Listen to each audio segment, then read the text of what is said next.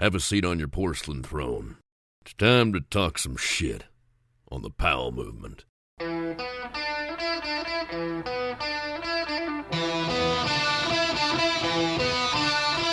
Welcome to the Powell movement.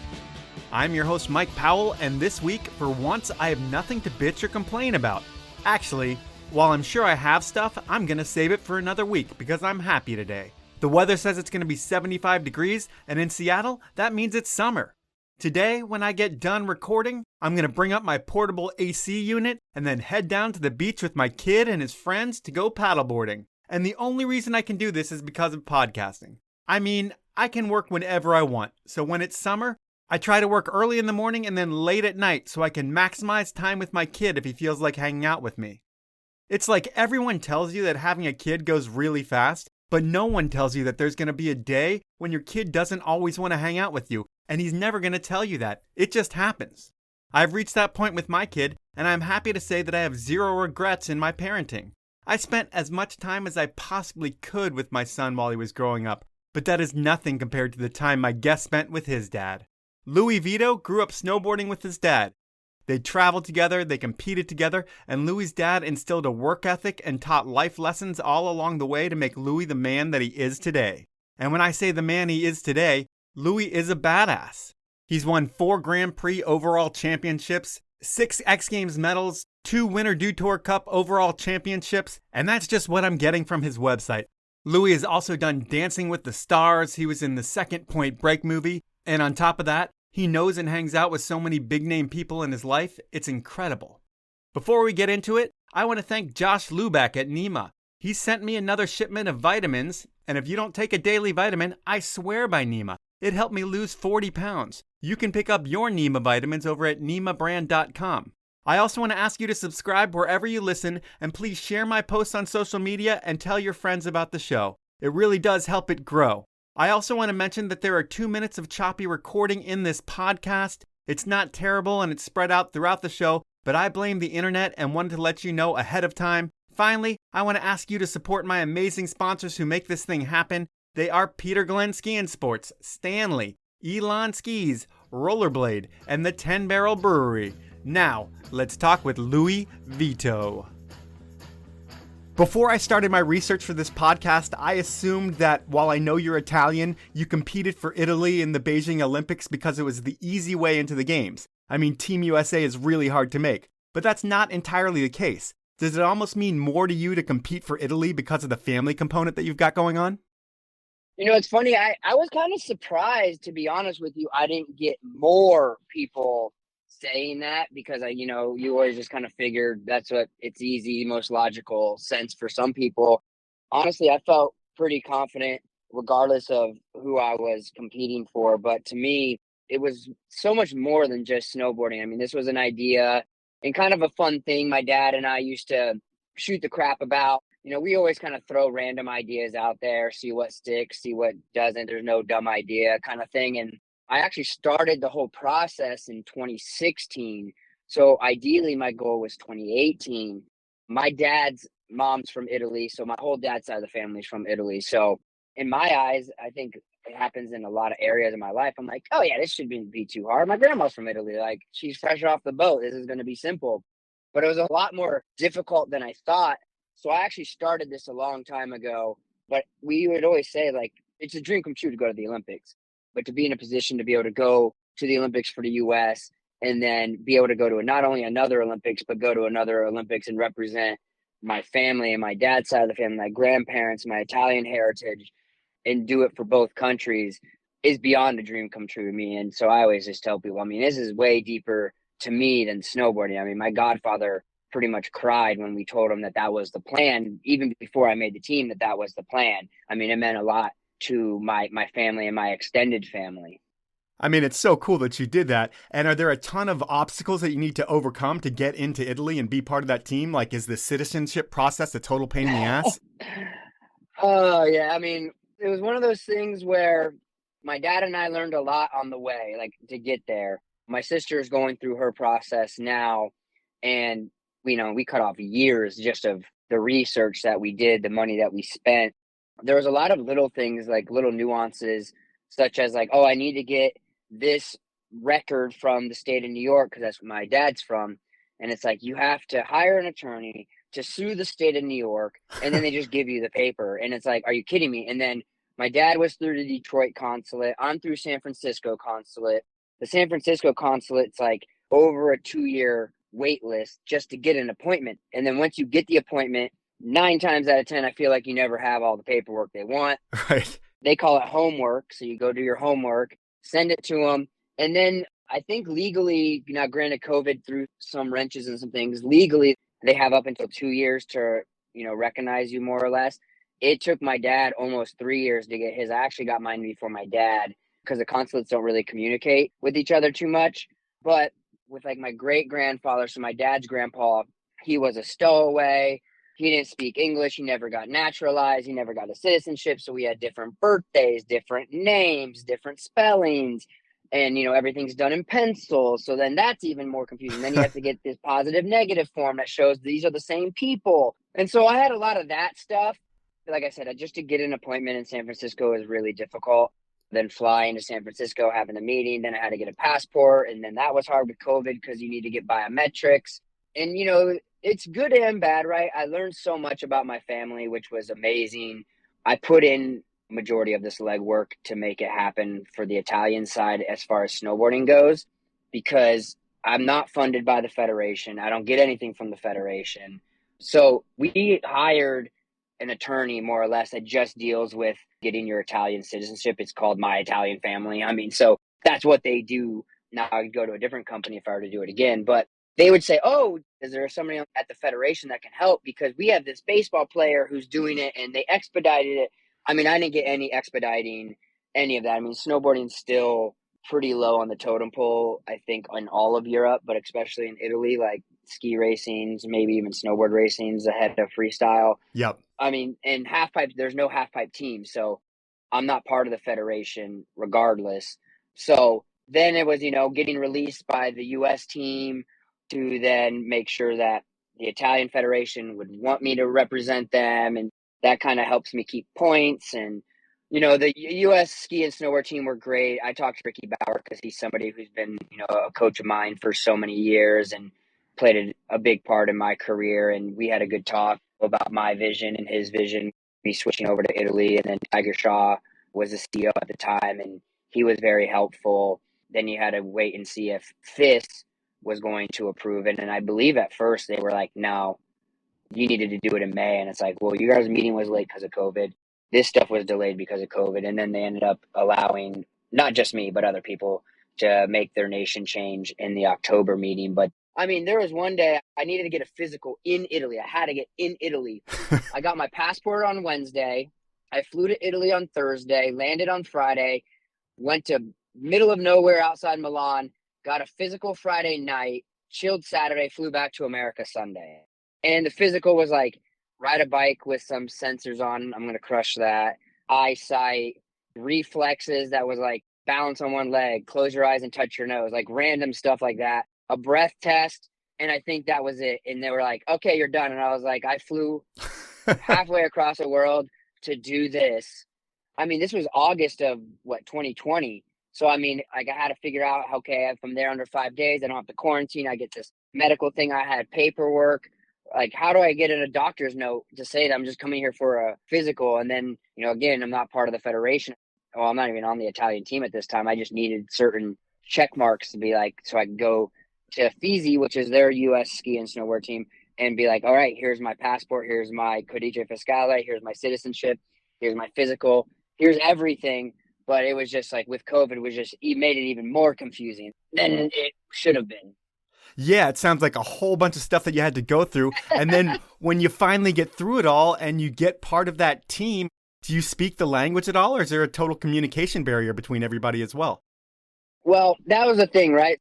I don't mean to jump ahead or whatever. No, it's all good. My initial plan with this whole thing was, obviously, like I said, it's more than snowboarding. So I wanted to also make sure that it wasn't 1 foot in, 1 foot out, like, oh, I'm just doing it for this Olympics kind of thing. My whole plan was, I've been taking Italian classes. Granted, my teacher's in Italy and she has another job. traveling different time zones, time changes between Italy's made it hot and cold on the classes. But I've always wanted to get into the Italian market, but how can I close the gap between ski racing and snowboarding? I mean, snowboarding, the snowboard half pipe especially, is the number one viewed sport in the Olympics in the US for the Olympics for TV.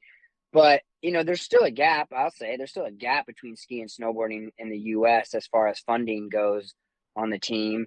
But like in Italy, it's way bigger. So how can I close that? Okay, so I want to be able to get in there, and how can I figure out a way to open up the higher up at the federation their eyes to snowboarding and get them to realize snowboarding is not going away. It's only growing. And there's so many great snowboarders in Italy. But outside of the Olympics, the slopestyle team got more funding for the Olympic year. But, earlier they were getting about a budget. Like I spend that on my travel myself. Right. So how can I help that out? It doesn't even affect me. I don't get any funding. So it doesn't do anything for me.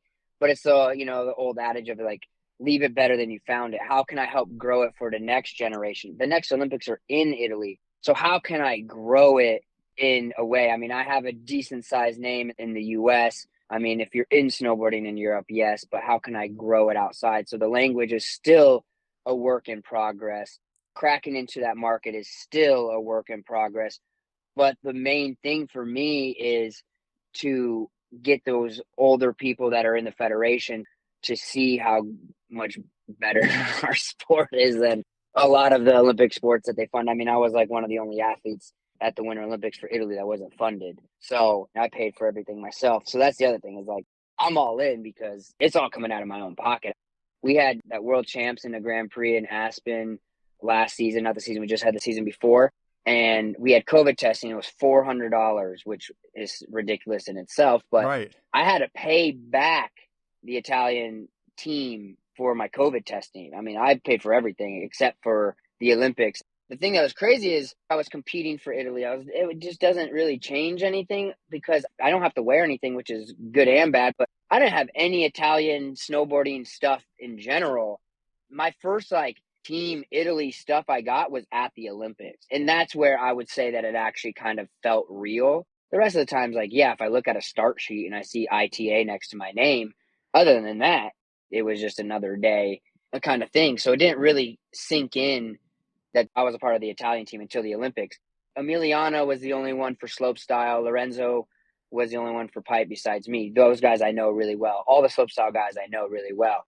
Now, talking to the border cross racers, the parallel giant slalom people, the people that are in our village, I mean, from the time we met to go to opening ceremonies, took the bullet train, I don't think I talked to any of them. And I can understand a little bit of Italian, but I speak really fast in English. They speak really fast in Italian. So it's hard for me to catch. But then I think once the ice kind of cracked and they kind of understood, who is this guy kind of thing?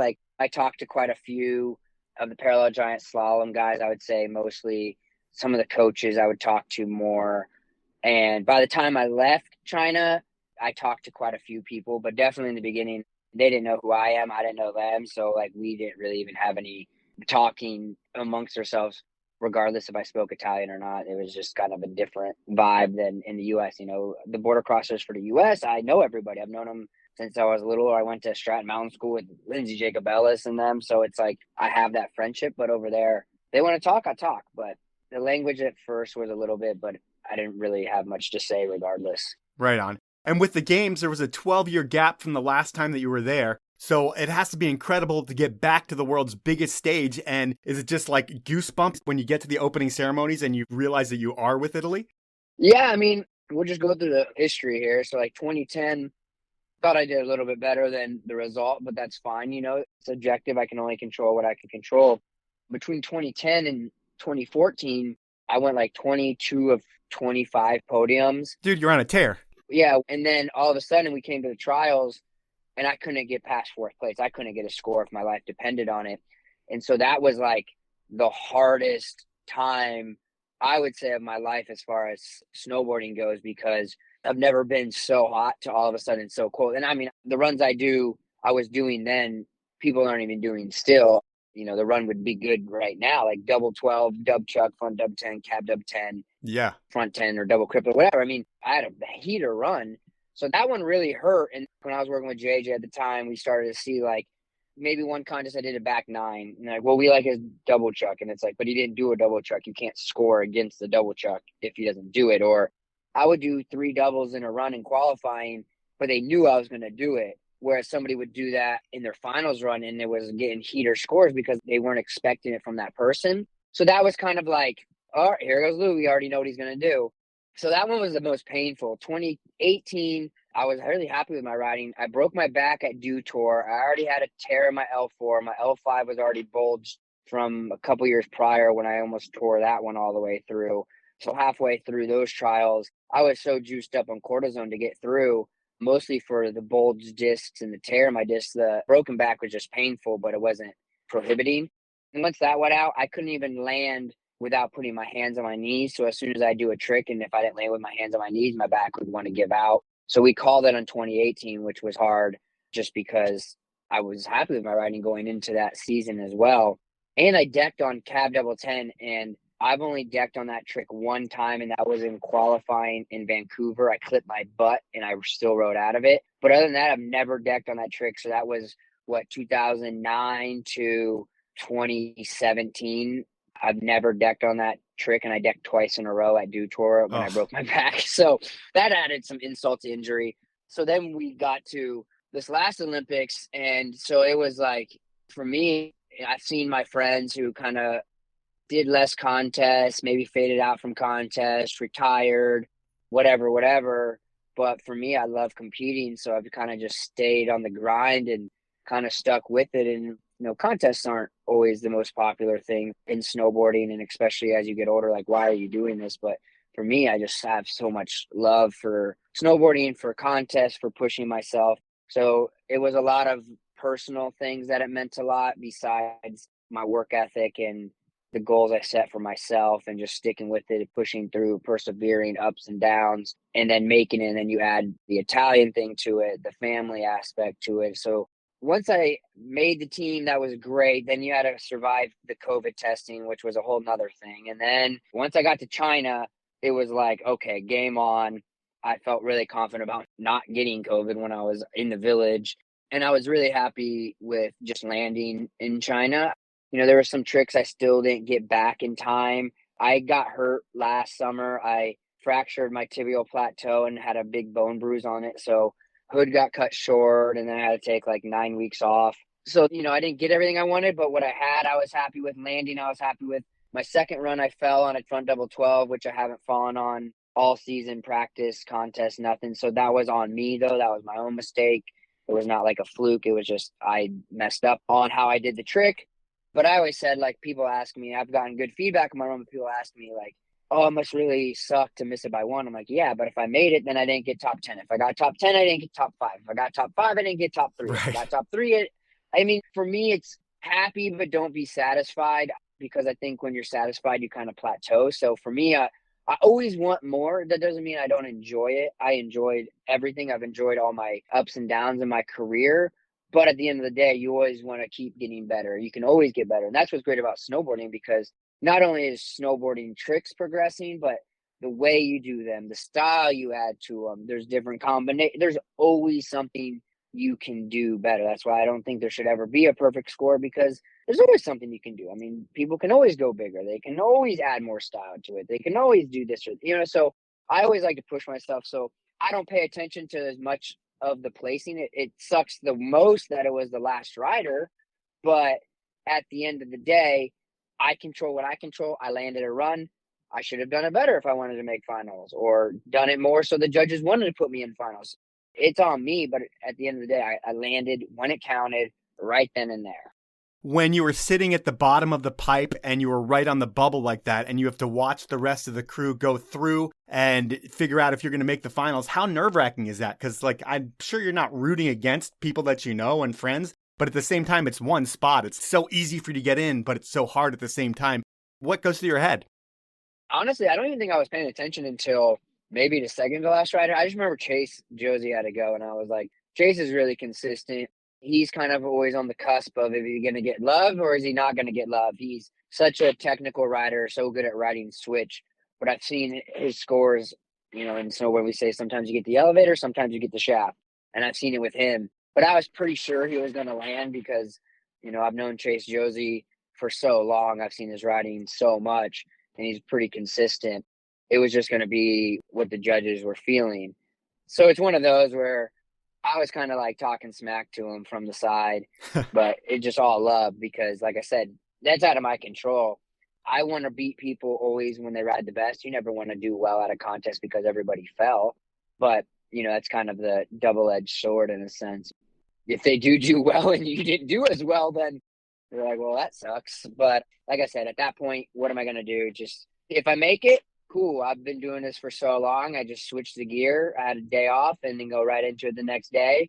I had a pretty good run that I wanted to do, or a unique run I wanted to do in finals.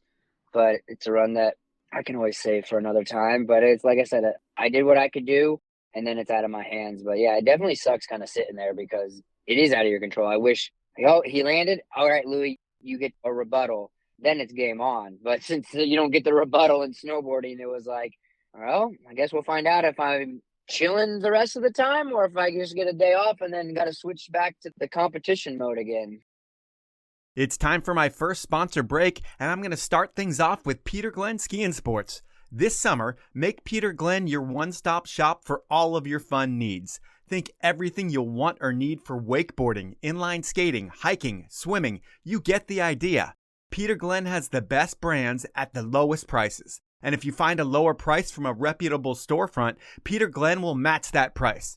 There's a reason Peter Glenn has been around for over 60 years, and that's because they're the best. To find out more, head on over to peterglenn.com. My next sponsor is Rollerblade, and they pretty much invented the sport of inline skating, and it's no surprise that they make the most comfortable, high-performance skates out there.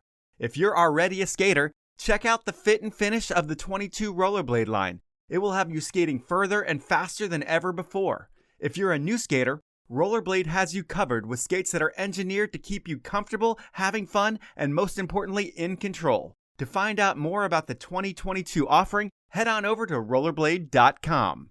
My final sponsor this round is Stanley, the brand famous for that iconic bottle that kept your grandfather's coffee hot and his water ice cold.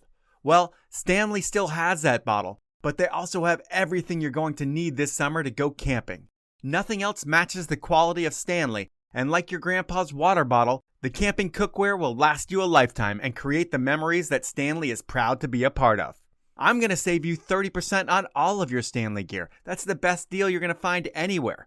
Head on over to stanley1913.com, go shopping, and enter the code DRINKFAST. That's all one word, all lowercase, when you check out, and you'll get the Powell Movement deal.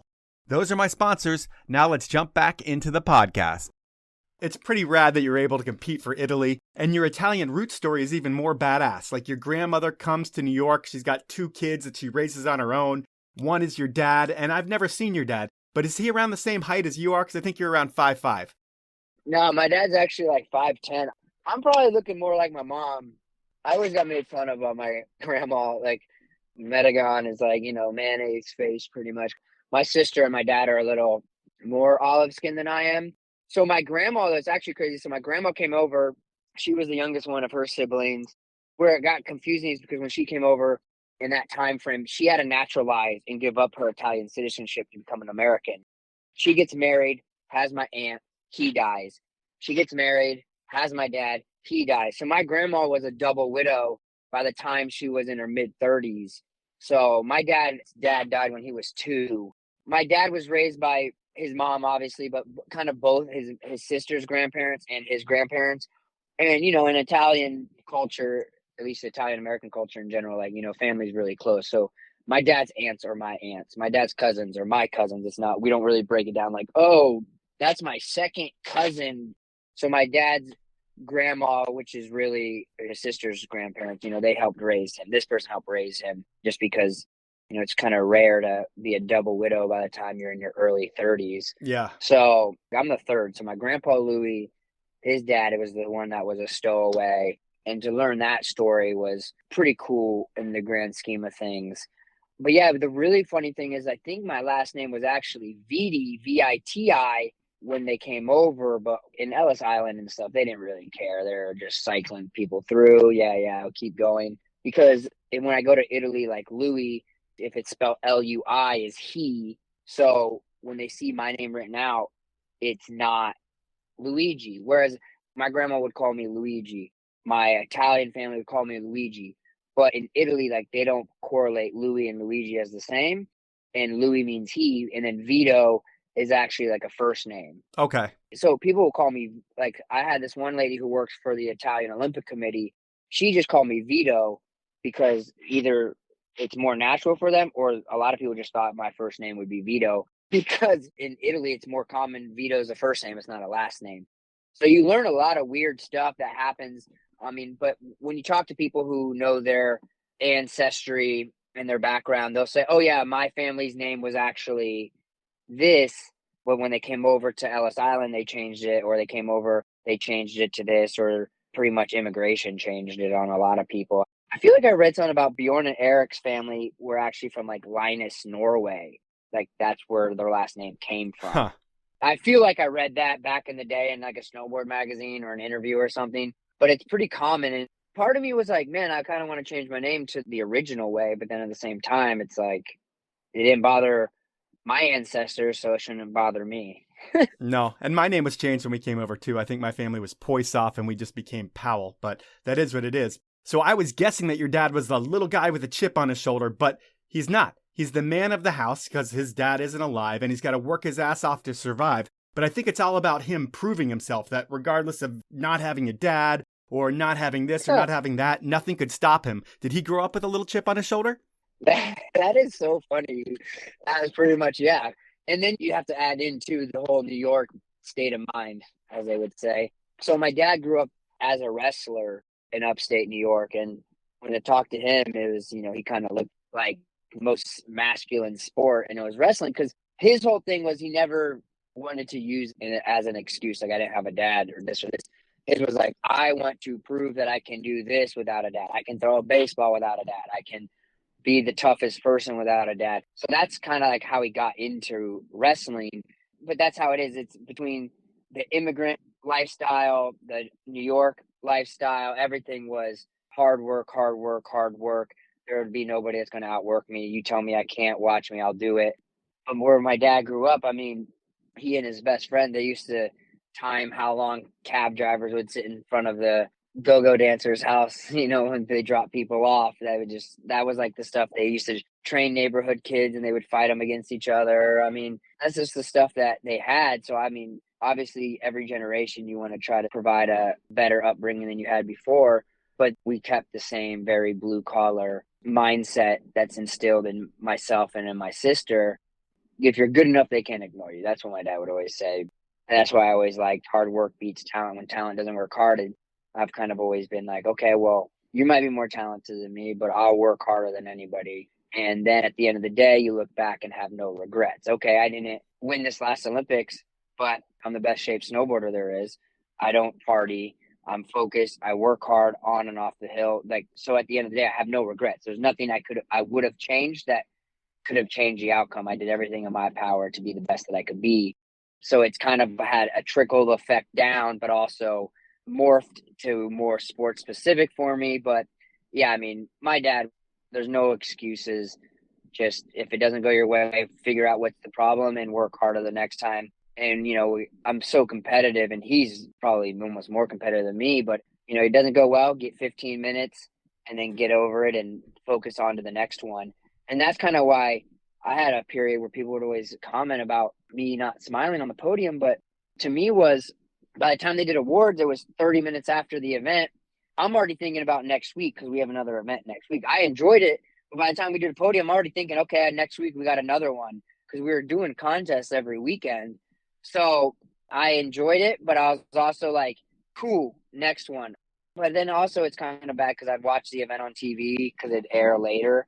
Oh, I did that wrong, that wrong, that wrong, that wrong. But you won. Yeah, no, but that was kind of whack that I did. So I'm very hard on myself, but I think you always want to be your harshest critic. And like I said, I'm always happy about it, but I'm not satisfied. I always want to keep working harder. And I think that's why I've had the longevity, but I'm also had the successful career that I've had, is just because I like the grind. I mean, the journey is where it's really all about. And I like those days where you're struggling and you push through and you get something done, or you don't want to work out, but you get a good solid workout in at the gym. I mean, afterwards, you just have such a great high. And that's what I really enjoy. And I mean, it's the work ethic that you learned from your dad, because when I look at what he did, he puts Yeah. himself through college, then grad school at Ohio State, and he meets your mom there. I'm sure she's really important in your life as well, although she doesn't come up as much in our podcast. But your Yeah. dad buys a couple of bankrupt radio stations, and then they settled in the last place you'd ever expect a pro snowboarder to come from. I'll probably say it wrong, Bellefontaine, Ohio. Bell Fountain, baby. Bellefontaine, Ohio. And the one thing that I get out of all this is your dad's incredible work ethic. And to me, it sounds like your dad's kind of like the Italian Yoda. He's known for his quotes that help teach life lessons, and he's got a quote for every occasion. What are the ones that have stuck with you over the years? You've already dropped some. Yeah. I mean, that's for sure. I mean, because my mom, she's the saint of the family. I mean, she had a bigger family than my dad. And when my grandma made the kids cookies, every chocolate chip cookie had the same amount because there was no argument. Everyone was treated equally. And then obviously, like when my dad bought these radio stations that were bankrupt and they were living on ramen and mac and cheese, my mom, she had to go along for the ride. She was a teacher at the time, but it's like, hey, this is what we're going to do. We're going to put it all on the line here. And, she was kind of the rider, and she still works with my dad and for my dad. And then she has her own business as well. So, I mean, behind every great man's pretty much a great woman or a better woman. That's my mom. When we would travel when I was younger, my sister was really active in sports as well. So my mom would kind of be with my sister. My dad would travel with me a lot. And then obviously being the only boy, I kind of had a little bit more of the tough love and father-son time. So that's why my dad comes up a lot more. My mom's a lot more patient person that everybody loves, the saint. My dad will be the one that tells you exactly how it is. But I mean, my dad, I think it was like 61. He started 2 more radio stations. So now my dad has 4 radio stations, and he sacrificed because he probably would have had bigger market radio stations if he didn't get so involved in my career and helping me with everything. But he's got 4 radio stations. So while most of his people his age are retired and in Florida, he's starting more businesses and was like, yeah, I'm going to keep going. My sister just had a baby. So this is like the testing time to see what's going to happen with them. But my mom works too still. So they're both are probably going to be too annoying if they don't have a job. So we got to keep them busy working. But yeah, quotes, I mean, be happy, don't be satisfied. If you're good enough, they can't ignore you. And that one, my dad engraved on a coin that, I always have in my backpack or on me when I'm traveling, because I think that one I relate to the most, just because of the fact that, going to Stratton Mountain School, you have so many amazing snowboarders around you. And being in that world coming up, you had so many great snowboarders and so many different sponsors. And, I have people that maybe I'd be beating them in contests, but they had a sponsor that was like, you're going to be our next AM. We're going to push you. We're going to market you. You're going to be the big dog for us. And then my sponsors, they might have a different plan for me. And so while you see other people are getting all this love, but you're beating them, that's kind of hard. And I mean, I've always seen it. I don't really feel like I've gotten a lot of easy routes to things. A lot of the things that I've gotten has kind of been on my own and pushing through. It's like in contest runs, there's some riders that can do some runs and they get mad love. I guarantee, like, if I did it or somebody else did, like, we would never get that love for that same run. I'm not necessarily the rider's rider, the core snowboarder. I mean, I did Dancing with the Stars. I can't be core. So I think that's why it settled so much. I've always kind of just been like, all right, well, I will work so hard and I will do the best that I can, to where you're going to have to give me my accolades there.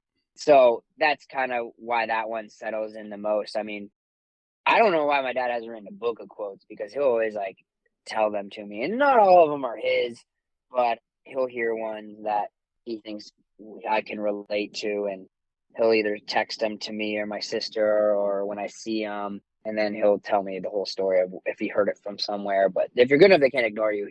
He did that one years and years and years ago. And then obviously, you shoot for the top and settle for whatever comes, but you always got a gun for the top. And that's why people are like, oh, do you want to be the next Shaun White? And I'm like, no, or do you want to beat Shaun? I was like, I don't want to beat Sean, because if Sean has a bad day and he gets fourth and I get third, okay, I beat him, but I still lost to two other people. Right. So I'm always going to try to win. If I get second, third, whatever, and you take that for whatever you can, but you always got to shoot for the top. There's no point. Like if I played tennis against Pete Sampras, I suck at tennis. I'm going to try to win. I suck, but I'm going to try to win, because what's the point of like doing anything if you're not trying to win? And that's also to a fault, because that's why sometimes playing board games with me isn't that fun for people, because I get into it. I remember playing like Settlers of Catan with some friends, and my roommate, whenever he would like come at me, okay, you're going to come at me, then I'm going to annihilate you this game. It's a blessing and a curse, right? Like I said, I mean, I love to compete, and I'm not a sore loser, but I hate to lose in anything. How about with kids? When you're playing a game with little kids and you're having fun, do they get to win ever? No. But I remember I was at my little cousin's. I mean, they're older now, which is kind of trippy, but they're really good soccer players. And this is when they're young. And we were playing in the backyard at like a graduation party or something. And I'm going to let them score, but you're not going to win, because I'm one of those people, though. I'm probably not really acceptable anymore these days, but it's like, there's winners and there's losers. If you lose, you just got to come back, pick yourself back up, and come harder the next time. I mean, I don't think my dad ever let me win. I don't think my mom ever let me win when I was a little kid. Like, we're going to enjoy it, but you got to put in work. I mean, it was hard for my dad. He'll tell you too, because my dad competed at USASA with me growing up. He went to Wendell's when I went to Wendell's growing up. So his hardest thing is when I got to the point where I started passing him in snowboarding, and he was getting, I mean, he's getting older, and he wasn't able to even physically try to get better to be catching up. That was like a swallowing your pride kind of moment, because, I'm getting stronger and more mature. He's getting a little bit older, and snowboarding, it comes a time where you can't really be chucking your body the way you used to. But I mean, I enjoy playing with kids. I'll play with them, but you got to learn both aspects of it, because in life, I mean, you got to take a lot of L's to be able to finally get that one win. And that's in business, that's in school, that's in everything. Yeah. Well, we're going to start when you were a kid, and snowboarding, that started really early for you. But I also think you played soccer, gymnastics, and maybe baseball. Was that the extent of team sports for you, or the extent of sports for you? Yeah, so baseball, I stopped pretty young. Like, I think I did like 2 years of kids pitch. It just wasn't for me. It was a little boring, a little slow. I like playing baseball, but I have really bad ADHD so for me, it's like, that sport sucks. and I always, whenever I want to get my baseball friends in a tizzy, I just tell them, sport's boring when they have an inning designated to stretching. So they don't like, I mean, I love playing baseball. It's fun to be moving. That's why soccer was fun for me, because you're always moving. You're always running. 45 minutes, let's go. And I did like Olympic development soccer. I was really into soccer, club soccer, all that, until I went to Stratton in high school, because I played high school soccer there. But since I was still in Stratton during the spring, I didn't do club soccer anymore. Gymnastics, I competed in gymnastics until 8th grade, and then I went to Stratton, and gymnastics, the competition seasons in the winter. But my parents thought it was good to put my sister and I in gymnastics pre-puberty for multiple reasons, but we both stuck with it. My sister and I both kind of just stuck with it. A lot of my dad's friends thought I would have gotten into wrestling. The way I'm built, Yep. you would have thought I got into wrestling, but it just never really happened. I don't know why. I don't think he wanted to push it necessarily, but gymnastics just was kind of clicking. But that was hard, because that's such a regimented thing. And then I started skiing really young, and we grew up 5 minutes from a 290 vertical foot ski hill called Mad River Mountain. And my dad and I saw snowboarding, thought it looked fun, and we're like, oh, let's try this. We fell in love with it. Luckily, I say this every time, but my dad developed a passion for snowboarding before I knew what that was, which is so true. So anytime I wanted to go, he was down to go riding. And our mountain was open, till 2, 3 in the morning. Now, I wasn't allowed to go out that late, but after school, I could go ride. After this, I could go ride. So my dad was always down. Then we started traveling more and more around the Midwest, up to Michigan, Indiana, Pennsylvania, all over the place. And especially when we go see my grandparents and cousins in New York, we'd stop and go riding. My sister switched to snowboarding, and my mom switched to snowboarding.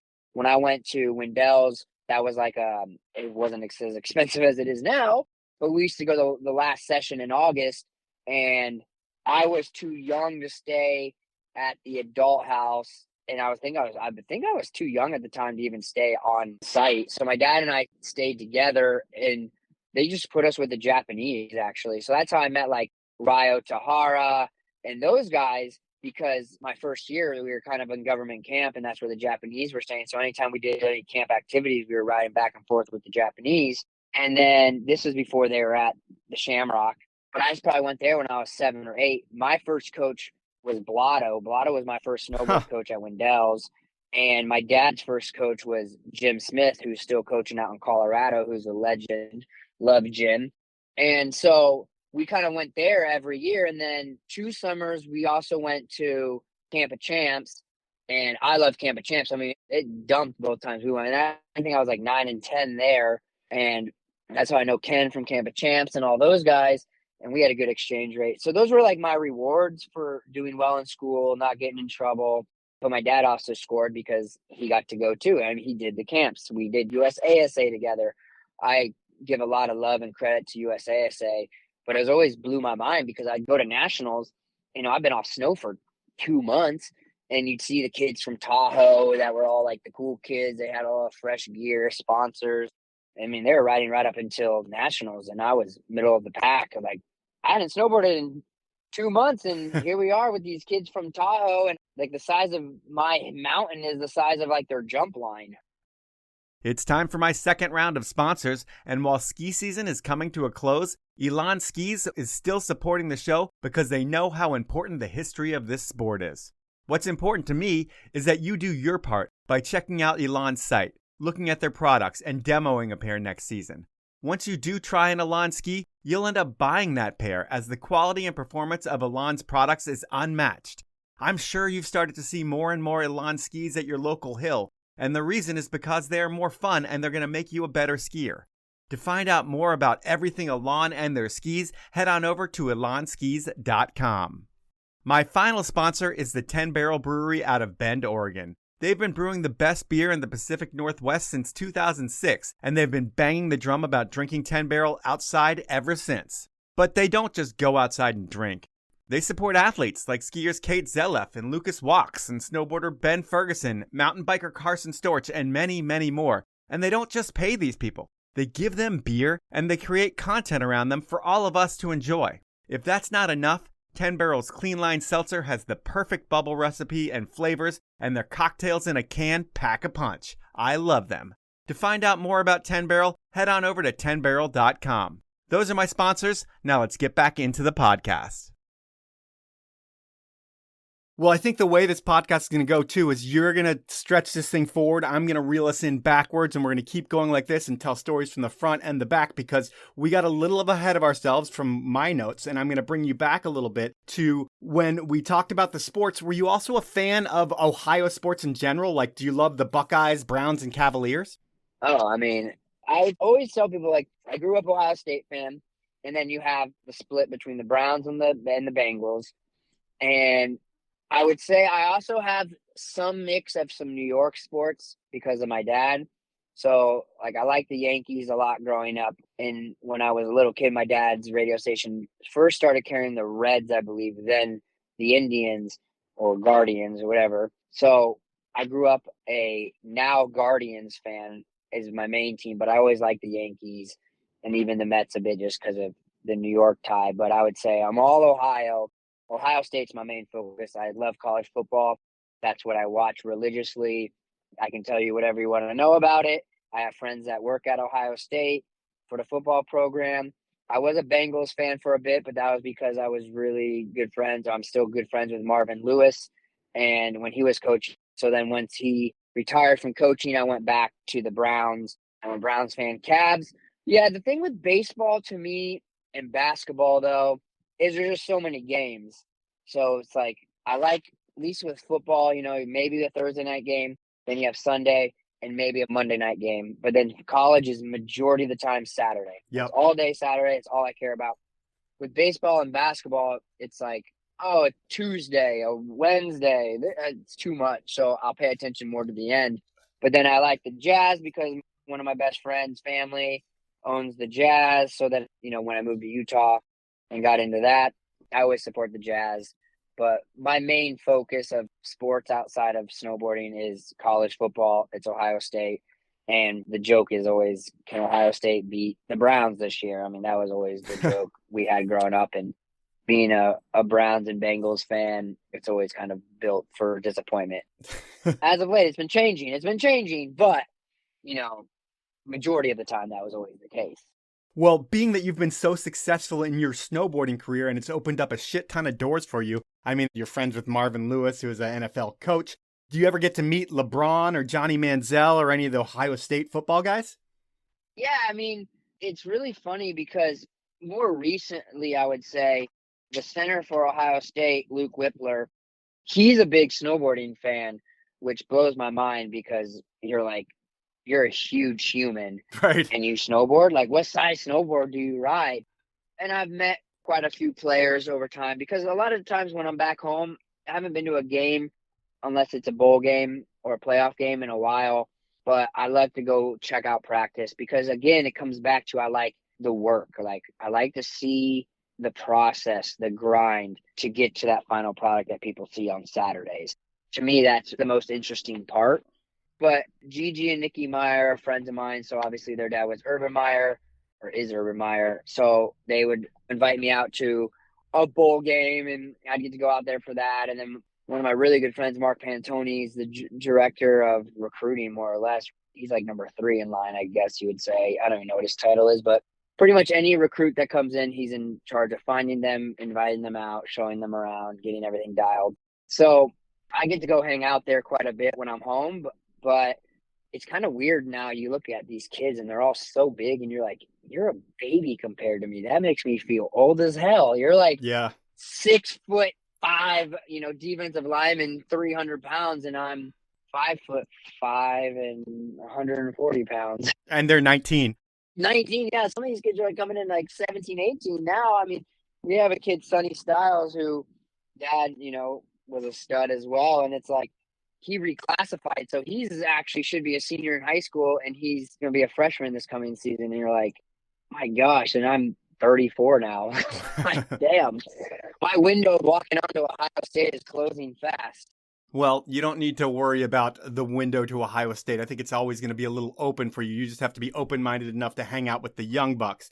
But speaking of young bucks, one thing that you do when you're younger with gymnastics is you go to Camp Woodward. And usually if you have a little bit of talent, that's when people go to Camp Woodward. Was gymnastics pretty serious for you? Like, did you have Olympic dreams for gymnastics before anything else?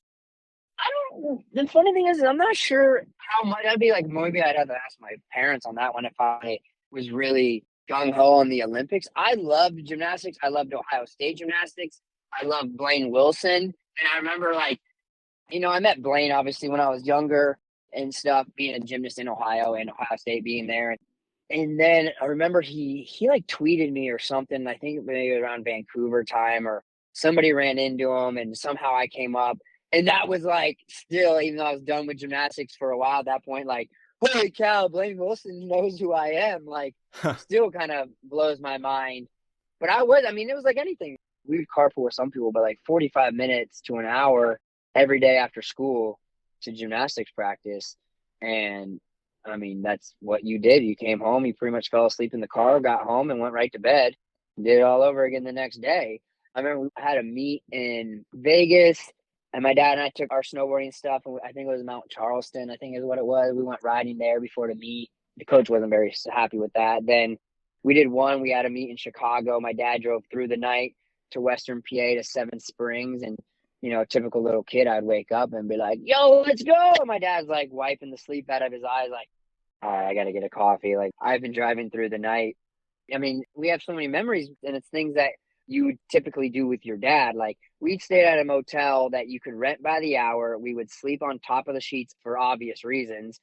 They would give you a gallon of water because you couldn't use the water out of the tap to brush your teeth. But we'd back in, sleep on top of the covers, throw everything back in, and then keep driving. That's why I think Waffle House has such a special place in my heart. Bob Evans has such a special place in my heart. Even McDonald's used to be a little bit of a cheat, we had a good contest. We would have a little cheat meal there. Just like so many little memories like that. And then the way we did USASA in Cleveland up at Boston Mills Brandywine is started with the youngest, went to the oldest. Well, I was normally around the youngest. My dad was normally the oldest. And my dad used to like lay a jacket out on the snow. And some weekends when I'd be really tired, he would like make a little bed in the snow, would put his jacket down, and I would sleep. So he would finish competing. And there were some of the older kids that I rode with. Actually, one of them I'm still friends with right now. I talked to on the phone right before this podcast. He lives in Arizona now, Jesse Sinzak, who people would know because he won the Bachelorette as well. I mean, I grew up with him, and I've known him since he was in high school. I was in elementary school, and I'm still friends with it. And those are some of like my best memories is, the Snow Ohio crew, because people don't understand snowboarding in the Midwest.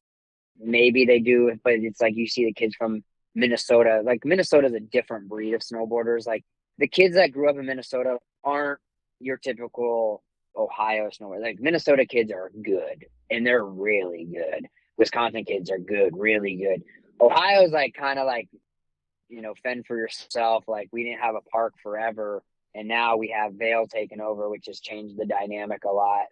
Ohio snowboarding is definitely a lot different than even like Michigan up in Boyne and Nubs and Minnesota. I feel like Minnesota's very progressive with the rope toes and the rails. Nubs and Boyne, there's pretty big mountains compared to where I grew up. You got a good group of skiers out of Perfect North, which is out, in Indiana, but outside of Cincinnati. When they would come to my event, like the skiers, those kids, they produce some good skiers there. Olympic medalists from there. Yeah, exactly. Nick Dever. And then Seven Springs was great because they had a half pipe, but they had the true rope toes. Yeah, I grew up going there. Yeah, so you knew like the beginners, which I was for the beginning, where kids that would grab the rope, it just rip and just shred your gloves. Yeah. And then you get to the point where you're so good, you could just jump in, your tail would be touching the person's nose of their snowboard, and it would be no problem. You had to jump on one side, a half pipe on one side, you could park up above it, and the parking lot was up above it. You used to just kind of poach it, ski patrol would come through, everyone would kind of dissipate to the side so they didn't get their passes that they didn't have checked and come back and then ride. And that was another group of great riders that I grew up with. And actually, one of the guys who was helping me, he owned a snowboard shop in Pittsburgh, Ross Hinman, and then his son, Jason Hinman, who lives in Utah now, and I still see. Ross started coaching at SMS, and he was the segue of getting me to SMS. Nice. Well, we did it again. We got way ahead of ourselves, and I'm going to bring you back. It's great because we're getting all these stories that we normally wouldn't have gotten or we would get later in the podcast, but we're going to bring it back now. So we talked about Woodward for a second, and that's all we need to talk about, Woodward. Oh, by the way, with the Woodward thing, see, this is the thing I told you before. I said that I'll talk as much as you want me to talk, but this is the problem is I kind of veer, my ADHD kicks in.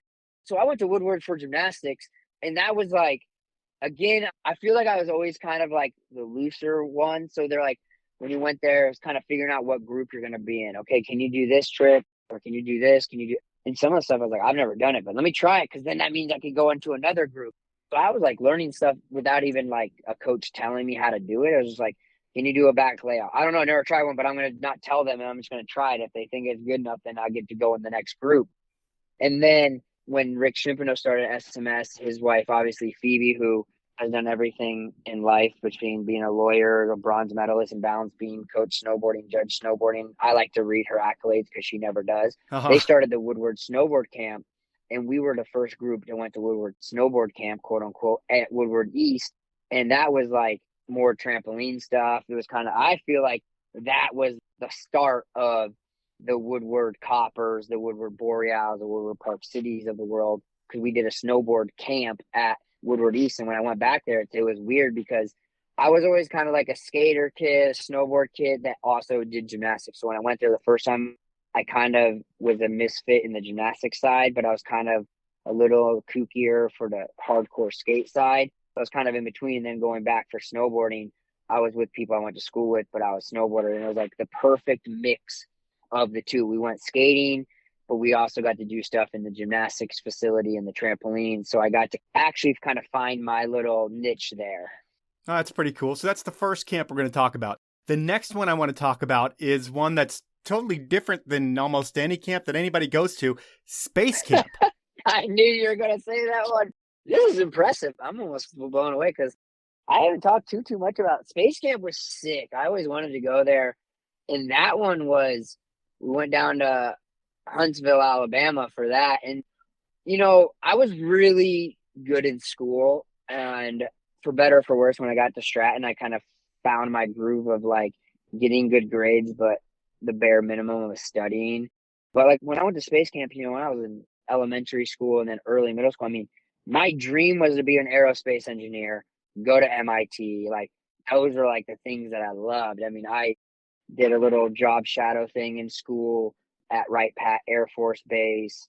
I loved that stuff. My mom used to give me, little puzzles all the time, getting the ring off of this one, all the little trinkety toys, but they're all puzzles and making you think and kind of work different areas of your brain rather than just studying.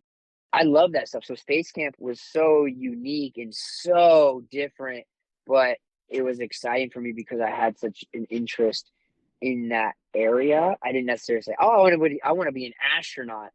I just loved like problem solving, and obviously being a little kid, I think every little kid thinks space is pretty cool. Yeah. And so for my parents, it's like, wow, okay, there's this camp that's really great that your kid wants to go to this and he's not being forced to go to this camp. He's going to be spending the night there at a younger age, which is always part of growing up, and your kid not staying with your parents, meeting kids that are his age and maybe a little older, maybe from different backgrounds, to all kind of do something that's going to make him better and make him think. He's not even realizing he's going to kind of an educational camp. And I mean, I was with some inner city kids from Washington, D.C., and that's kind of who I bonded with just because of the type of people they were, and their personalities fit me because they weren't like on the full nerdier spectrum of things and like really super smart. They were smart, but they kind of had the inner city upbringing, so we kind of gelled. So I mean, you meet such unique people there.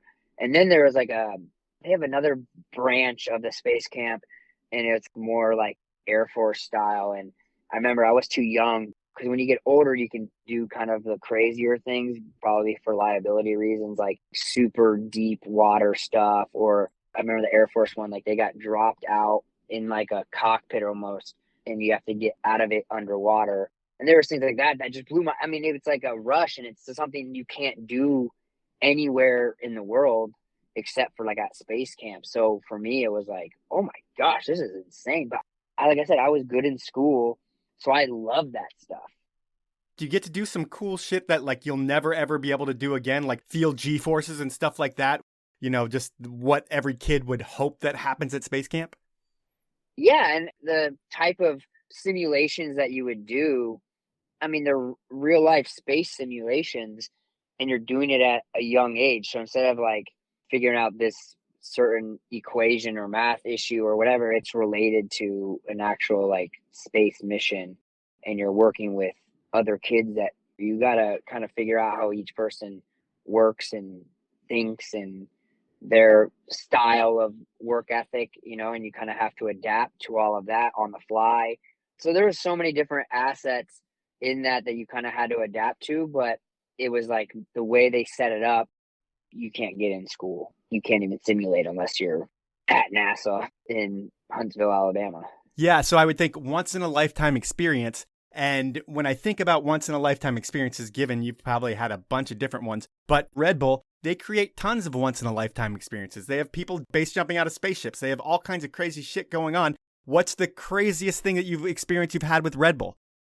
Wow. I was a Red Bull twice, actually.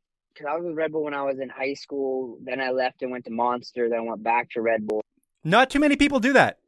No. And that wasn't even the plan. It just kind of happened. The thing with Red Bull, and now really with Toyota, is just like the opportunities you have to kind of get into other people's worlds was great. I mean, even from just doing stuff with Crashed Ice, doing stuff at a climbing gym it might be a launch for one of their flavors, but you're doing it at a climbing gym, and then you're going to Red Bull Illume and, meeting and hosting the awards for Red Bull Illume, but you're meeting all these photographers from all over the world and seeing their artwork and talking to them. And then I remember I did something and I met Luke, who did the Red Bull didn't sponsor it, but he did that jump out of the airplane and landed in the net. Yeah, I interviewed him. I remember I was telling him about, oh, did you see that guy? And he's like, that was me, Louie. And I was like, no way. And so it's just a lot for me is just meeting people that do something that it's kind of like a Venn diagram. Like it kind of touches your world, but it's so separate. But you can meet them and talk with them. And I'm very inquisitive. So I would say the most interesting was meeting the people that I got to meet. Like I got to go to the Super Bowl with Red Bull. I got to go to the Super Bowl with Nike. I got to do so many cool things like that. I went to a Jay-Z Beyonce concert with my Red Bull representative, the mainstream Red Bull representative, Anthony Davis, like random people, meeting John Wall. I got to go to F1 the first year. F1 was at Circuit of the Americas. I got to do different Red Bull parties here and there. I did all the music festivals, Lollapalooza, Bonnaroo, ACL, and that stuff for, Red Bull TV, doing TV for the US Open. So for me, it was a lot of experiences that weren't necessarily like I really wanted to do the underwater training with Red Bull, which never ended up materializing for me. But it was just the people that you got to meet and work with or just hang out with. My relationship with Ricky Fowler started from Red Bull. My relationship with Reggie Bush started from Red Bull. These friendships that you still have that came because of a Red Bull event. When I went to Ultra, there was a Red Bull hotel house, kind of party every night and going there and the people you met there. I mean, it's just mostly for me, I like doing really random out of the box things that don't necessarily mean crazy, but just a different demographic, different unique people you can meet.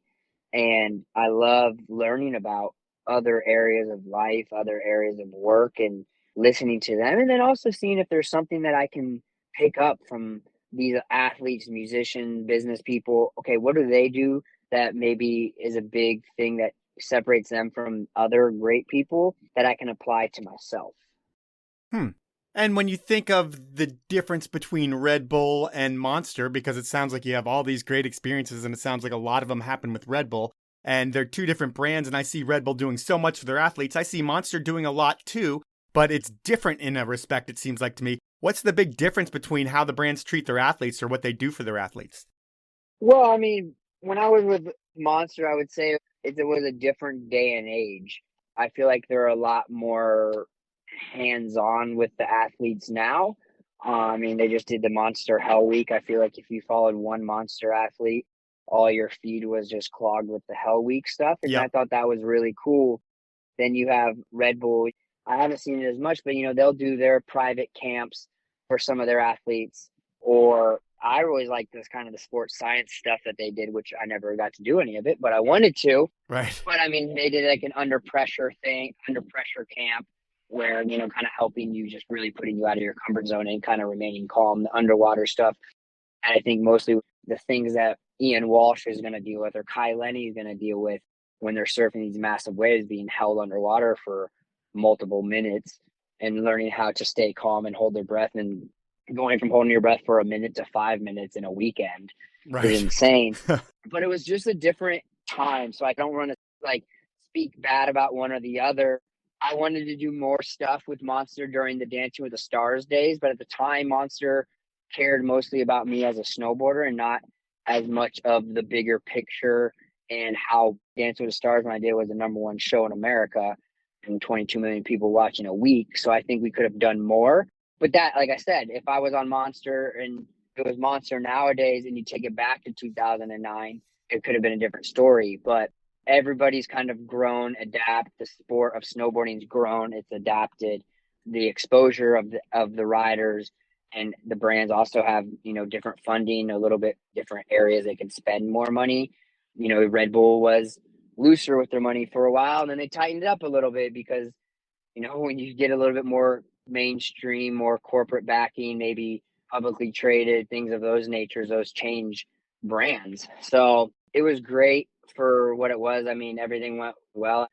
Like I said, I have my pros and cons of both, but at the end of the day, they supported me, so I appreciate that. All right. Well, I'm going to take it back to camp, and this time I'm going to take it back to Windell's. when you get there for the first time, when you see the size of the jumps and you see the half pipe for maybe the first time in your life, do you remember being intimidated, excited? Like, what was going through your mind when you first see that stuff? Well, Wendell's was insane because A, I'm in Oregon. B, you're sharing these experiences with your dad and things that are new to you are new to him. You're snowboarding on a glacier and you're like, I don't even know what that really means. Then you're like snowboarding in the summertime. I mean, like I said, this is like August, so you're hiking down pretty far. And it's like I've been done snowboarding since maybe February, early March, and then you go to nationals, and it's like you don't even know what to really expect. And this is back when they were at their first location, so most people didn't even know that there was a place kind of before the Shamrock Motel, but there was. Right. And I mean, you're going, and it's just like blown away because you have this face of snow with volcanic rock everywhere, chipmunks running, but then you just have the snow down the middle. You have these jumps and rails and a half up. And I remember I was so into hitting jumps because like that's what you didn't have half pipes really in the Midwest. And I remember my dad was like, "Louie, you got to try this half pipe thing. It's so crazy." Da da da. Like I didn't even really know. And also, this is before they had helmets. I think Burton Red helmets came out that next winter, I want to say. Okay. And I was like, oh, I can demo snowboards too. Like, oh my gosh, I can ride any snowboard I want here. And I got a Burton chopper and it was a little big, but I was like so excited just to like a brand new snowboard to try. And I caught my toe edge and scorpioned, and the board came up and sliced me in the side of the back of the head. So when people talk about scorpions, I'm like, I had the ultimate scorpion. The board sliced me in the side of the head. I got staples in my head from that. Huh. And then I remember they used to have the old school trampolines, like when you go buy at Sam's Club or Walmart maybe has them. They'd be like, no flips. And I was like, screw this. Like I did gymnastics. I could flip off anything. I remember I always get yelled at. And I feel like I met Tim Wendell then. But Tim Wendell became sort of my like camp dad because my dad would help him with, getting some stuff for camp, like whether it's, furnishing like carpets for camp to allow me to go. And then I became like a quote unquote counselor, coach, digger in training. So then I'd start spending like, I'd go for 1 week, 2 weeks, and I started living at camp in the summer and just kind of doing whatever I had to do to help. Tim kind of took me under his wing and let me do that a lot and just stay at camp and ride and hang out. And then, as I got sponsors, and I'd stay in government camp, but I'm a Wendell's kid through and through. And Tim Wendell is somebody that I owe a lot to as well. And he's not afraid still to this day. He would not be afraid to yell at me, tell me I did anything wrong. I remember the first time I drank in the U.S., I was at the Rathskeller, and Tim came up to me and he said that he heard about it and asked if I told my dad. And I said no. And he gave me 2 days to tell my dad, or he was going to call my dad and tell him because I was young. And, Tim has seen him. I mean, he was a pro snowboarder. He's seen the ups and downs. He's seen how things can get off the rails pretty quick. And he knew my dad really well. And so, like I said, he wouldn't be afraid to tell me if I did something wrong. He would not be afraid to tell me. And still to this day, I mean, I need people like that in my life. And you need somebody who's not going to be like, oh, that's cool. That's part of growing up. He's like, no, you're too young to be doing that. You're out on your own. You should be thankful and don't be screwing up. You better call your dad because I'll call him if you don't. So, I mean, it really started like a camper, a kid from Ohio to like, I think I prepared Tim a little bit for having, his daughter. So, I mean, I owe a lot to Wendell Snowboard Camp, to Tim Wendell, and the coaches I had there. I mean, Pat A was my coach there too forever, and just so many great riders, legends of snowboarding that have taught me so much. Jared Winkler, like who, is at Brighton now, but like he's somebody that, again, I was a thorn in his side as a little punk kid, and he was the head digger, but he wouldn't be afraid to yell at me and put me in my place at a young age. And that's what I feel like we miss in this generation, afraid to yell at kids or put them in their place. But that's what I needed. And he's somebody that I'll be thankful for because I was annoying as hell to him. And he wasn't afraid to let me know, I don't care if you're friends with Tim Wendell, like you better act right. So Tim has the big influence on you. A bunch of these guys have a big influence. Who are the pros that have a big influence on you from camp? From camp, I mean, Blotto, obviously, because it was my first coach. Again, I was just a random kid, and he was just coaching because he used to be a pro snowboarder. And then it's funny to see now everyone knows Blotto photo. And I'm like, I got some Blotto photos that he took with my dad's disposable camera in a scrapbook that my mom made me from when I was a little kid. He had to deal with me with my head gushing blood. But Pat A played a big part in me at camp as well because, you know, I started spending so much time there that I'd have the same coach for multiple weeks. And then just like there's a lot of random people that were at camp that I would spend time with. Like actually, Brian Fox's brother, Stephen Fox, was a counselor there. And he was like somebody that was my counselor forever. And I knew him before I knew Brian. And Stephen Fox was like, I idolized him because he was like younger. He was so rad. He was so positive. And so I'd hang out with him. And so when I see him now, like he's in Utah too. And I rode with him at Woodward Park City. And, you know, he's got his family. And I've always gravitated towards Steven. Even as I know Brian, like Steven and I just click, and he's known me since I was a little kid, and his positive energy has always been infectious. So I think he played a big part. But then obviously I always call it my first snowboard ad, that my alphanumeric ad that I had, aka the one that I'm propping. Right. For some reason I swear Whitey took the photo, but I'm not 100%. But Jeremy Jones alphanumeric ad, he's nose pressing, and I'm just standing there with a handful of books. And I remember they asked me if I wanted to be in an ad, and I had to ask my dad. And he's like, yeah. And this is like at the time they had the coaches sale, and that's where I would get a lot of my snowboarding stuff outside of a snowboard, was like from the coaches sale. And like Ryo and the Japanese, like Takaharu Nakai was a young kid. I think I met him when he was 13. And I spent so much time with the Japanese from early on. And then as I got older, I would still kind of gravitate towards them because that's who I first went to camp with. But those were two Japanese pros. So a lot of the Japanese pros that came through, because Wendell's was such a big fixture in the Japanese culture for summer camps. Yep. So I met a lot of them. But Ryo Tahara was one of my favorites. And I used to buy my Arnett goggles from him every summer, $20, brand new pair of Arnett goggles, right up my alley and the budget that I could afford of snowboarding stuff. So when I met Jeremy Jones, who was like beyond nice, Nixon, right? Nixon was the hottest thing. Hey, do you have any Nixon watches I can buy, like coach's sale style? And he's like, I'll send you something. I'm like, no, I'll buy one. My dad gave me some money. I'll buy one. He sent me a box of like Smith goggles, Smith glasses, visors, stickers, Nixon. Holy shit. He sent me like the fattest care package. And this guy gave me, I had his home phone number. Like, who gives a random little 10-year-old, 11-year-old kid, I can't remember at what point he gave me his number. He and his wife, I'm surprised they still talk to me because I probably called them so much just because it was like, I was infatuated with him. And then we did a family trip to Park City one year, and he and his wife came up to Park City, met up, brought me the Resistance, signed the Resistance. Like, I used to wear my bandana just like him. Like, I was a huge Jeremy Jones fan. And just the fact, like, again, the time frame, like I wasn't an up and coming kid. I was just a random snowboarding kid. Then Camp of Champs, same thing with JP Walker. I mean, because this is the era of JP and Jeremy, like kings of snowboarding. Yeah. And this is when JP was wearing the Build beanies. All I wanted was a Build beanie. I didn't even know where to get them.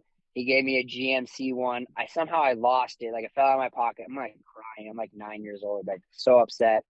He gives me a special blend one. I remember watching one of the snowboard movies, like pretty much sitting in his lap. Like, again, just like I'm 9 years old, 10 years old.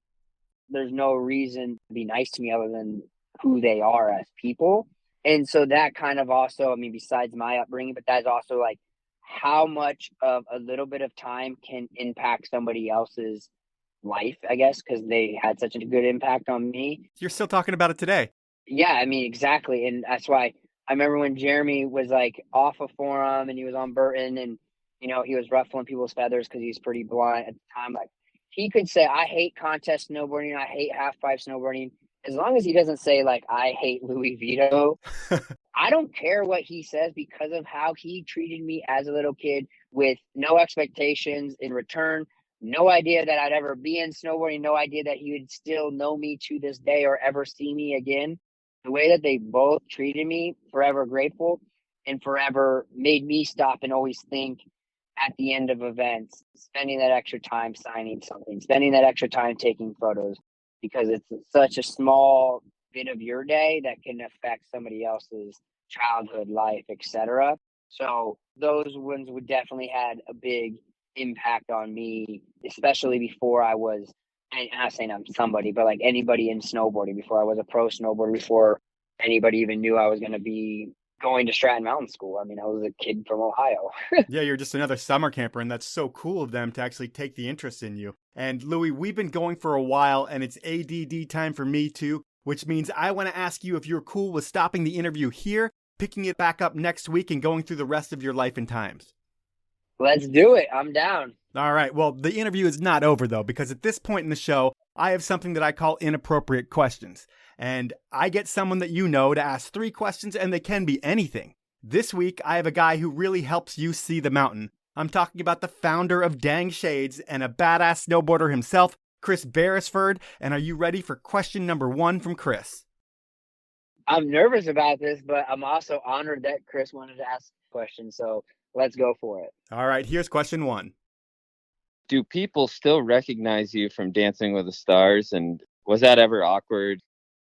That's not an inappropriate question, but I have to spin it to make it a little bit more inappropriate. So when you decide to go on Dancing with the Stars, you know you're going to hear a lot of shit from a lot of people in snowboarding and all over the place, because that's just what comes with going on Dancing with the Stars when you're a young kid.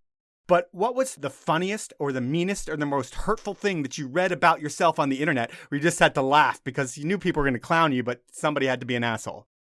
Well, first I'll answer Chris's one. Is the funny game we used to do is because I went from Dancing with the Stars right to the Olympics.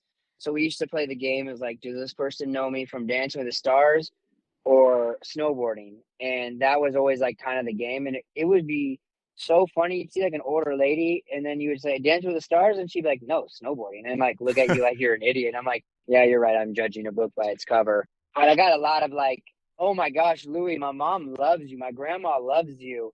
And that was always the funniest one, is hearing that. Or now, still to this day, when people are like, oh, my mom loved watching you on Dancing with the Stars, especially people that I maybe became friends with or met through another friend. And hearing the moms and grandmas were big Dancing with the Stars fans of mine. And a couple of them really did come into snowboarding, which is pretty crazy to see them like interact with other snowboarders. And I'm like, oh, that person came from Dancing with the Stars. I know that for a fact. But social media was so new. And then let's see. I mean, I guess people were making fun of me for Dancing with Stars all the time. But did anybody come out and say something like almost mean-spirited or just being a jerk? Because all these people probably would take in the Dancing with the Stars if they were offered it. But there's jealousy that people aren't talking about. And I'm sure some people just said shit that was mean.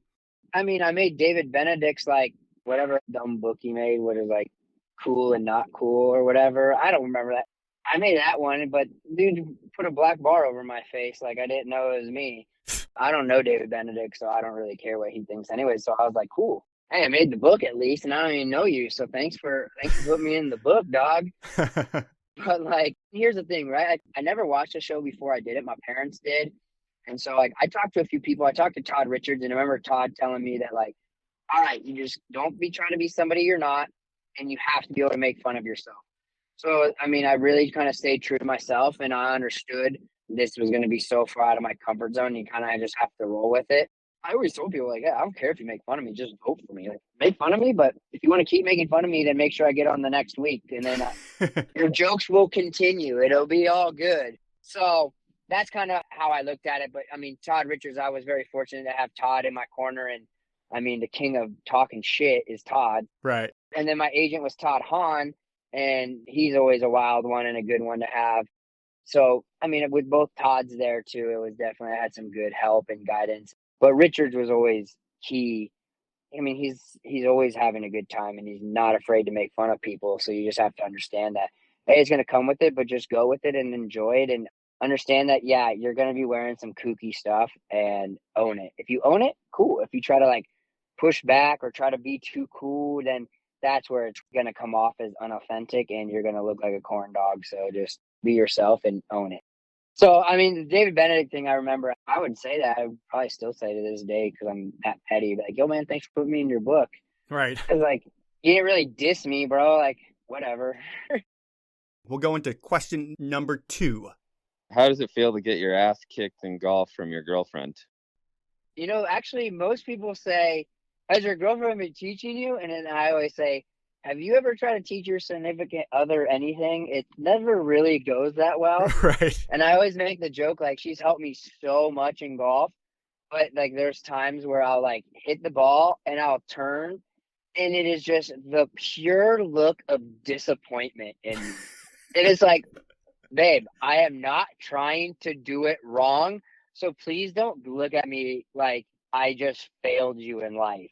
But she's been super helpful. But I kind of look at it more so like when we go golfing, especially like in Hood, when it's like she's with all my friends and we're playing golf after riding. And I'm like, yep, that's my girlfriend. Like as if I hit that shot. Like Right. I kind of like get cocky as if it was me that hit it. It's like, yeah, that's my girlfriend. Watch her smoke everybody in our group here. Like, why are you cocky? You're not the one doing it. I don't know why I'm cocky. I just get really excited because she's so good. Or like if I do a scramble, we did a scramble. They're raising money for USASA out in like Chicago last summer. And I had them bring Haley out too. And she pretty much, you know, obviously people at the golf course in Chicago, like they're going to stop and recognize her. She's pretty big in the golf world. And so I'm like, yep, I told you guys, I bring people that are good. And it's like, you brought me and I brought somebody better than me at golf. Like, cool. Like, if they're snowboarders, are going to know me, but like, I brought somebody that people at this country club are going to be hyped on. So it helps everybody. So I just own it. I know she's going to smoke me, but if I want to get her fired up, I say, do you ever think in our lives that I'll beat you in 9 holes ever? Like, you have to play really bad and I'll play out of my. No, I can't believe you think that. And then it starts to fight. So I get her riled up by just kind of saying that because, again, I'm competitive. So, like, I would love to beat her. Like, I give myself 9 holes, 1 in a million, because I don't think I'll ever play golf a million times. But 9 holes, I feel like I could get lucky enough one day, and maybe she's like really sore, or she fell when we went snowboarding earlier, and she's kind of tweaked. Maybe I'd be able to beat her just in 9 holes, because 18 you have to be too consistent. 9 there might be some more fluke and luck on my side, but she thinks no way. So that's my new goal. It's just one time before I die. Let me just try to beat her in 9 holes. And she's competitive as hell, so it's not like she's ever going to let me beat her. Well, when you beat her, we're going to put her on the podcast and we're going to talk an hour about you beating her. So whenever that happens, let me know. You're going to get Sass Queen on that one, but I don't know if I'm going to do it before I die, but we'll try. All right. Well, we'll go with Chris's final inappropriate question. The third one was tough, and I realized Louie's just such a flawless dude. And can you give us an awkward story, something that nobody really knows about you? And I was going to dig deeper, but I figured you'd have the best story. So he's looking for just an awkward story about you because you're a squeaky clean dude that doesn't have many things that he could find out about you. Do you have something awkward on the top of your mind that you want to share? Yeah, of course. I got plenty of those ones. Great. I'll give you one that I tell people, but I don't think I've ever told in an interview. And it's obviously going to be a Dancing with the Stars story because that's where I was the most far out of my comfort zone. I remember I understood like the difference in like lifestyle, obviously in like that Hollywood life versus normal life. And then you add like TV show, dancing world, all that into the mix. So it kind of set the stage a little bit. So you got free tanning or free spray tanning. For me, I'm like, I don't even know why I would do this, but okay, I guess that's what people do. And you kind of learn that. And you got all this stuff for free. You got so many perks because it was the #1 show. And I remember first when I got back, I came a week late because I was in New Zealand. And the first party we went to, there was like paparazzi people, or it was in some kind of interview I did at the party. And then one of the ladies says, "You're pretty pale." And I was like, I just got back from New Zealand. Like I've been riding for 3 weeks, a month in New Zealand, and it's wintertime down there. So that kind of like also sets it up. So my dancing partner, Chelsea Hightower, and I, we go out and it's like, you know, you kind of get the cameras and paparazzi are kind of there shooting. And we go out and we get like haircuts and getting like all done up at this salon. And I had a publicist at the time that I got through Dancing with the Stars that kind of helps you and is a whole new world for me. So I'm like, cool. So they're like telling me about spray tanning. I'm like, okay, I don't even know what that is, but sure, let's go. After this lady hands me what looks like a tampon like wrapper, but it's black. Okay. And I'm like, what is this? And she's like, oh, it's kind of like a male G-string. And I'm like, what? And she's like, yeah, you got to put that on. So I'm in this like little room that's kind of got like a pop out kind of tent thing. So I'm like, this is so awkward because I'm obviously not really in my comfort zone. I put this thing on, and then like the body positions you had to stand in, and they're like spraying you with like an air gun. It's the only time I've really ever spray tanned. And so they're spraying me, and it's like getting your inner leg, all this stuff. So I'm in a male thong, and I'm all sprayed down, super tan, super oily looking.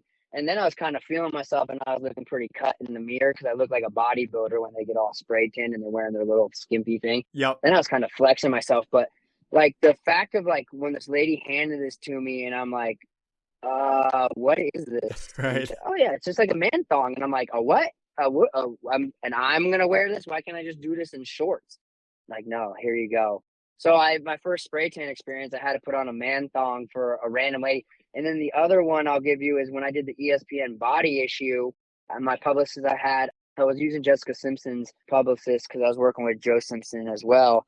And I was working with the LA office, but then the first time I went to New York for the body issue shoot, the first time I met the main lady in New York. And we go there, and it's like the photographer, his assistant, a makeup lady, maybe like one person from ESPN, the magazine, and then this publicist. So I'm taking like test photos, and I'm wearing a robe. And mind you, right before this, like a couple weeks before when I got the okay, I was going to do it, I didn't know that it was completely naked. Okay. And I didn't go to public school. I didn't do public showers. I never did any of that stuff.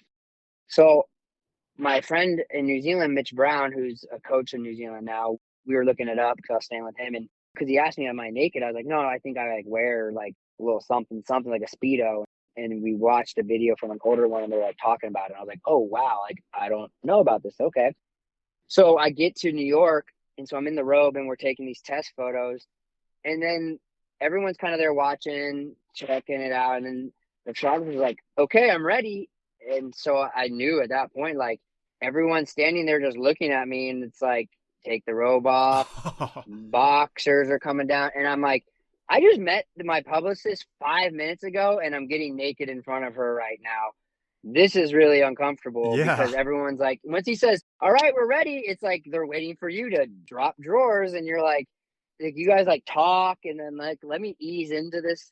And then eventually you do, like you're shooting the photos, and then you're like looking at the monitor so you can see the photos, and then you realize that like you're butt naked and you're leaning on the photographer, like looking at the photos, and he's just clothed. But I'm lucky because I did it in a very small shoot in a studio, but everybody's there for that purpose of just shooting these photos. But it was definitely like very different for me. Again, like it wasn't a public shower, high school locker room kind of person growing up.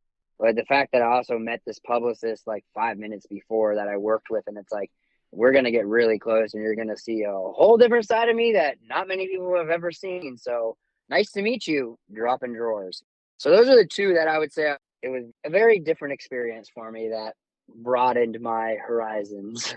I would think that's completely mortifying unless you are hung like John Holmes, but doesn't sound like you're hung like John Holmes, so completely mortifying all Well, I mean, around. for me, I don't even care who it was. It's like, I don't know these people. Like, I mean, I guess I have some friends that are crazy, but like, I don't care who you are. If you're like, hey, I'm so-and-so, nice to meet you. And then you're like, hey, can you drop your pants? You'd be like, I don't know you. Yeah. I am not comfortable with you at all.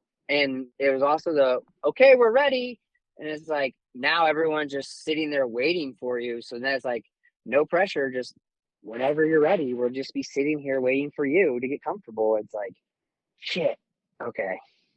All right, well, that is Inappropriate Questions, and that is part 1 of our podcast, and it's been really interesting hearing how much of an impact that your dad had on you. I mean, while I'm involved in my kid's life, hearing about your pops makes me feel like I'm not doing enough, and I guess that's a tribute to your dad, but hearing about your life and times so far has been a really interesting experience, and I look forward to carrying it on next week, and I thank you for your time. Thank you, man. Can't wait for part 2. So that was time with Louie Vito, and man, that dude can talk.